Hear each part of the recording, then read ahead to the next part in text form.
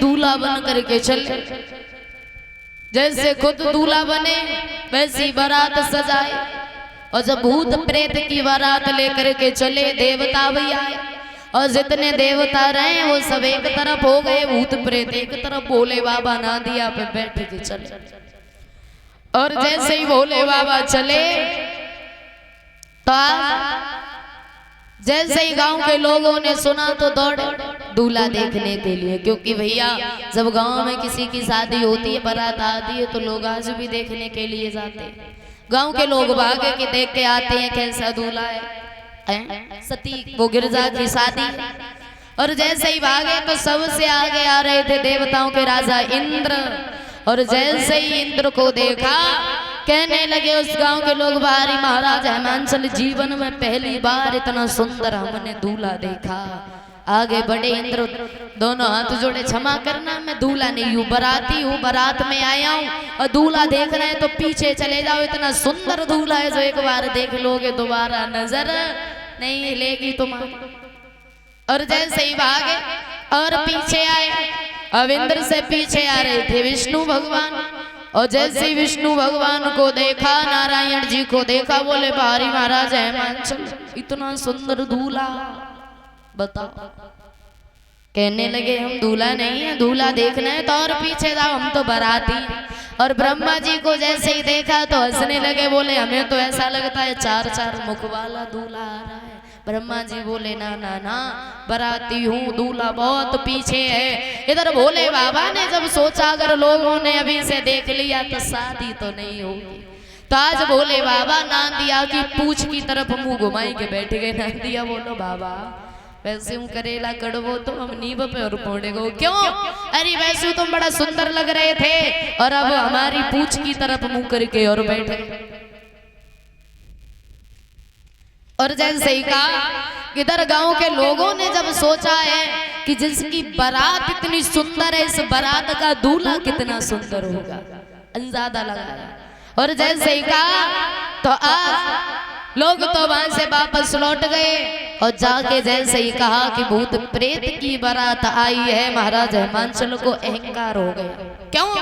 अरे हमने तो बड़े सुंदर सुंदर पूड़ी पकवान बनवाए थे, भोले बाबा भूत प्रेत की बारात लेके आए हैं हमारे घर पर। ये भूत प्रेत क्या जाने कि पकवान खाए कैसे जाते। भोले बाबा समझ गए भारी महाराज हिमांचल।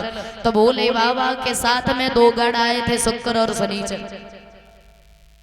और जैसे ही भोले बाबा ने इशारा किया तो दोनों चिल्लाने लगे, बाबा भूख लगी है। महाराज हिमांचल से कहीं सुनो महाराज, ये दो गढ़ है ना, ये कुछ ज्यादा खाते हैं, थोड़ा ऐसा करो इनकी खाने की व्यवस्था नहीं जल्दी कर दिया करो। था आज भोले बाबा की बात सुनी तो महाराज हिमांचल शुक्र और शनिचर को लेके गए, रसोई के सामने बिठा लिया। पहले 4-4 पूड़ी रखी, फिर 8-8 रखी, 10-10 रखी, फिर बाद में जो डला होते ना पूरे के पूरे परोसे, लेकिन पूर्ति नहीं डाल पाए। बाद में कलाई पकड़ी और रसोई में बंद कर दी। और एक बात की, जब पेट भर जाए तब बाहर निकल आना। और थोड़े समय के बाद में पूरी रसोई का खाना खा गई, चिल्ला फिर भी रही है, बाबा भूख लगी है। महाराज हिमांचल गए भोले बाबा के पास, दोनों हाथ जोड़े और एक बात कही, बाबा इतना भोजन तो तुम्हारी पूरी बारात नहीं खा पाती, इतना तो ये दो खा गए। भोले बाबा बोले जरा सोचो, तुम हमारे दो बारात के इंसानों का पेट ना भर पाए तो तुम पूरी बारात को क्या खिला लोगे। अभी मन में अहंकार कर रहे थे, आज भोले बाबा ने 2.5 पत्ते तुलसी के खिलाए, दोनों की भूख शांत की। महाराज हिमांचल ने दोनों हाथ जोड़े, एक बात की, बाबा क्षमा कर दो जो मैंने अहंकार किया। भोले बाबा बोले कोई बात नहीं, और आगे बढ़ के गए।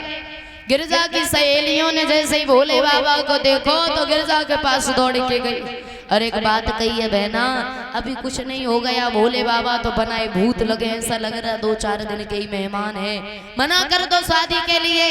गिरजा बोली पागल ना हो जाओ, इस घड़ी का हमें कब से इंतजार था। बोली है गिरजा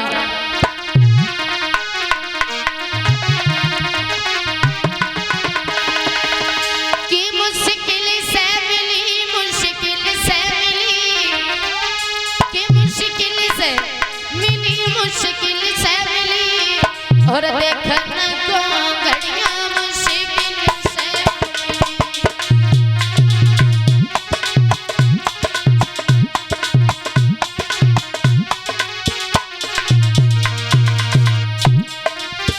रूठी जाए चाहे सब परिवारी, हाँ रूठी जाए चाहे सब परिवारी, रूठी जाए मैं नाम हतारी, मेरे दिल की कली मुश्किल से खिली, मेरे दिल की कली मुश्किल से खिली, देखने को घड़ियां मुश्किल से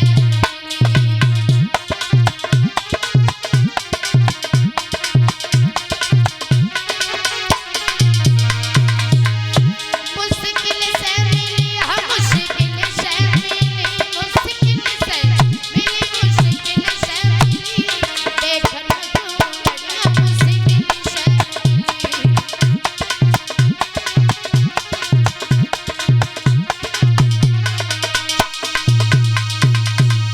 भोले बाबा का गिरजा के साथ में विवाह हुआ। बताया जाता है बड़े ही हर्ष खुशी के साथ में महाराज हेमांचल ने अपनी बेटी की विदाई। कुछ समय बीत जाने के बाद में भोले बाबा और गिरजा के घर में 2 पुत्र हुए थे, कार्तिक और गणेश। बड़े ही आनंद के साथ में अपना जीवन गुजारने लगे। भोले बाबा के बिहारी लाल की